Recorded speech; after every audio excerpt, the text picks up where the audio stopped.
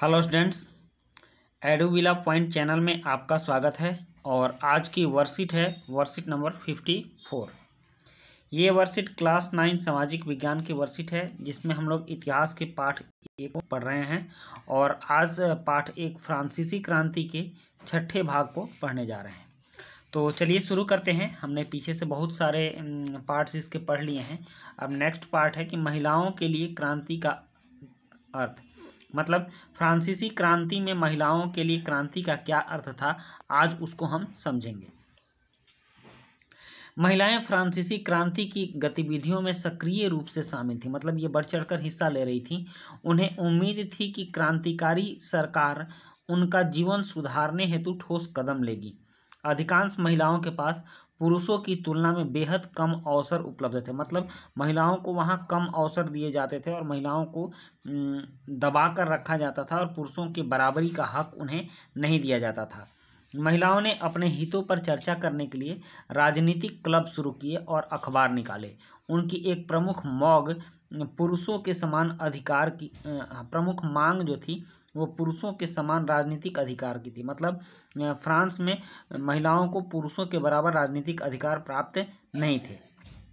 और 1791 के संविधान में उन्हें निष्क्रिय नागरिक का दर्जा दिया गया, मतलब नागरिक का दर्जा तो दिया गया, लेकिन उस तरह का जो कि निष्क्रिय हो, वो बहुत कुछ राजनीति में नहीं कर सकते थे। शुरू में क्रांतिकारी सरकार ने सुधार लाने वाले कुछ कानून लागू किए, जैसे लड़कियों के लिए स्कूली शिक्षा को अनिवार्य बना दिया गया। अब शादी को स्वैच्छिक अनुबंध माना गया और नागरिक कानूनों के तहत उनका पंजीकरण किया जाने लगा। तलाक को कानूनी रूप दे दिया गया और मर्द औरत दोनों को ही इसकी अर्जी देने का अधिकार दिया गया। अब महिलाएं व्यावसायिक प्रशिक्षण ले सकती थीं, कलाकार बन सकती थीं और व्यवसाय चला सकती थीं। मतलब ये सारे अधिकार महिलाओं को दिए गए, लेकिन राजनीतिक अधिकारों के लिए महिलाओं का संघर्ष जारी रहा। इनके नेत्रियों में सबसे महत्वपूर्ण थी ओलंप दे गुज, मतलब महिलाओं का जो समूह था और ये जो क्रांतिकारी महिलाएं थी जो अपने लिए सुविधाओं की मांग कर रही थी, उनकी नेत्री थी ओलंप दे गुज। और 1791 में इन्होंने पुरुष एवं नागरिक अधिकार घोषणा की तर्ज पर महिला एवं नागरिक अधिकार घोषणा पत्र तैयार किया। महिला अधिकारों के लिए आवाज़ उठाई। आतंक के राज के दौरान सरकार ने महिला क्लबों को बंद करने और उनकी राजनीतिक गतिविधियों पर प्रतिबंध लगाने वाला कानून लागू किया। नेशनल कन्वेंशन के शासनकाल में ओलंप दे गुज पर देशद्रोह का मुकदमा चलाया गया और उन्हें फांसी दे दी गई।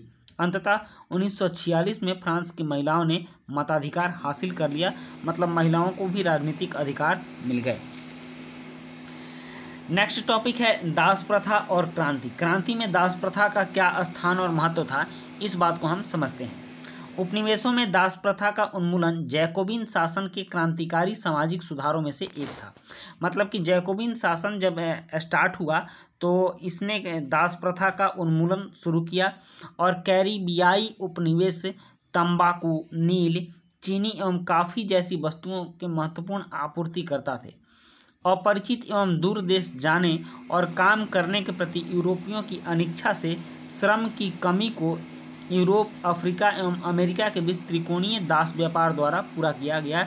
मतलब कि अफ्रीका से दासों को लाकर यूरोप और अमेरिका के बीच उन्हें बेचा जाता था। दास व्यापार 17वीं शताब्दी में शुरू हुआ। फ्रांसीसी सौदागर अफ्रीका से स्थानीय सरदारों से दास खरीदते थे। दास व्यापार पर निर्भर व्यापारियों के विरोध के भय से नेशनल असेंबली में कोई कानून पारित नहीं किया गया। मतलब जो व्यापारी वहां दासों का व्यापार करते थे उनका राजनीति में काफ़ी वर्चस्व था और उनका बोलबाला ज़्यादा था, वो प्रभावशील व्यक्ति थे। इनके विरोध की वजह से वहाँ के नेशनल असेंबली से कोई भी कानून दास व्यापार के खिलाफ पारित नहीं किया गया। सन 1794 के कन्वेंशन ने फ्रांसीसी उपनिवेशों में सभी दासों की मुक्ति का कानून पारित कर दिया, लेकिन उसके 10 वर्ष बाद ही नेपोलियन ने दास प्रथा पुनः शुरू कर दी। बागान मालिकों को गुलाम बनाने की स्वतंत्रता मिल गई। फ्रांसीसी उपनिवेशों से अंतिम रूप से दास प्रथा का उन्मूलन 1848 ईस्वी में किया गया।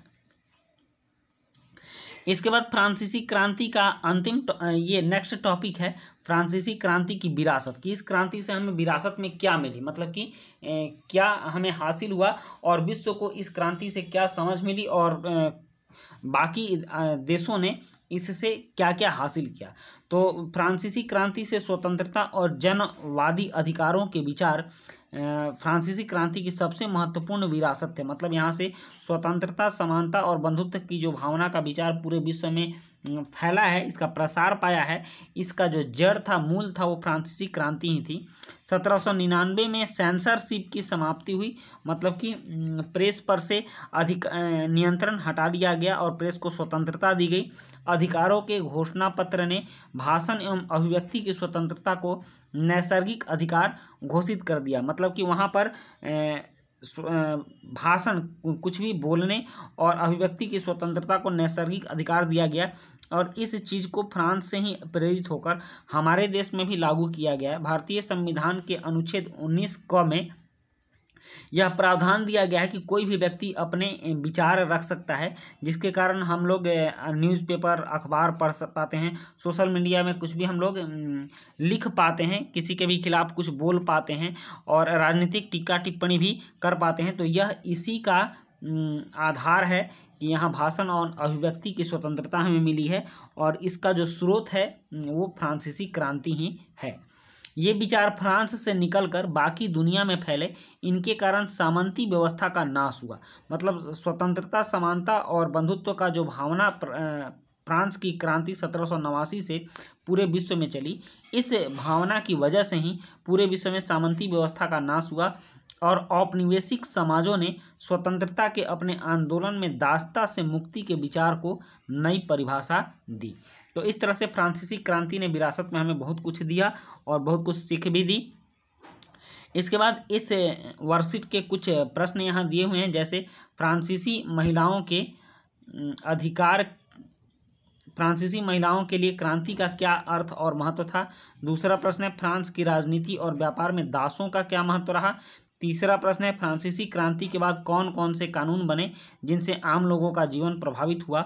और चौथा प्रश्न है फ्रांसीसी क्रांति के उन विचारों की सूची बनाइए जिनका प्रभाव हम अपने जीवन में स्पष्ट रूप से देख पाते हैं। तो चलिए अब इन प्रश्नों के हम उत्तर लिखते हैं। यहाँ पहला प्रश्न है फ्रांसीसी महिलाओं के लिए क्रांति का क्या अर्थ और महत्व था। तो इसका उत्तर है फ्रांसीसी क्रांति की गतिविधियों में महिलाएं सक्रिय रूप से शामिल थीं और दूसरा, उन्हें उम्मीद थी कि क्रांति से उनका जीवन सुधर जाएगा, उन्हें विशेष सुविधाएं मिलेंगी। वे क्रांति से पुरुषों के बराबर सुविधाएं प्राप्त करना चाहती थीं और क्रांति के बाद महिलाओं के लिए पुरुषों की तर्ज पर महिला एवं नागरिक अधिकार घोषणा पत्र तैयार किया गया।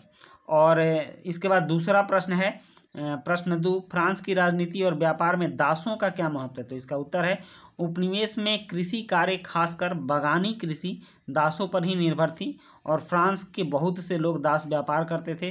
तीसरा पॉइंट है कि दास व्यापारियों का समाज तथा राजनीति में व्यापक प्रभाव था। उनके विरोध के भय के कारण फ्रांसीसी असेंबली में दास प्रथा के खिलाफ कोई कानून लंबे समय तक पारित नहीं किया गया।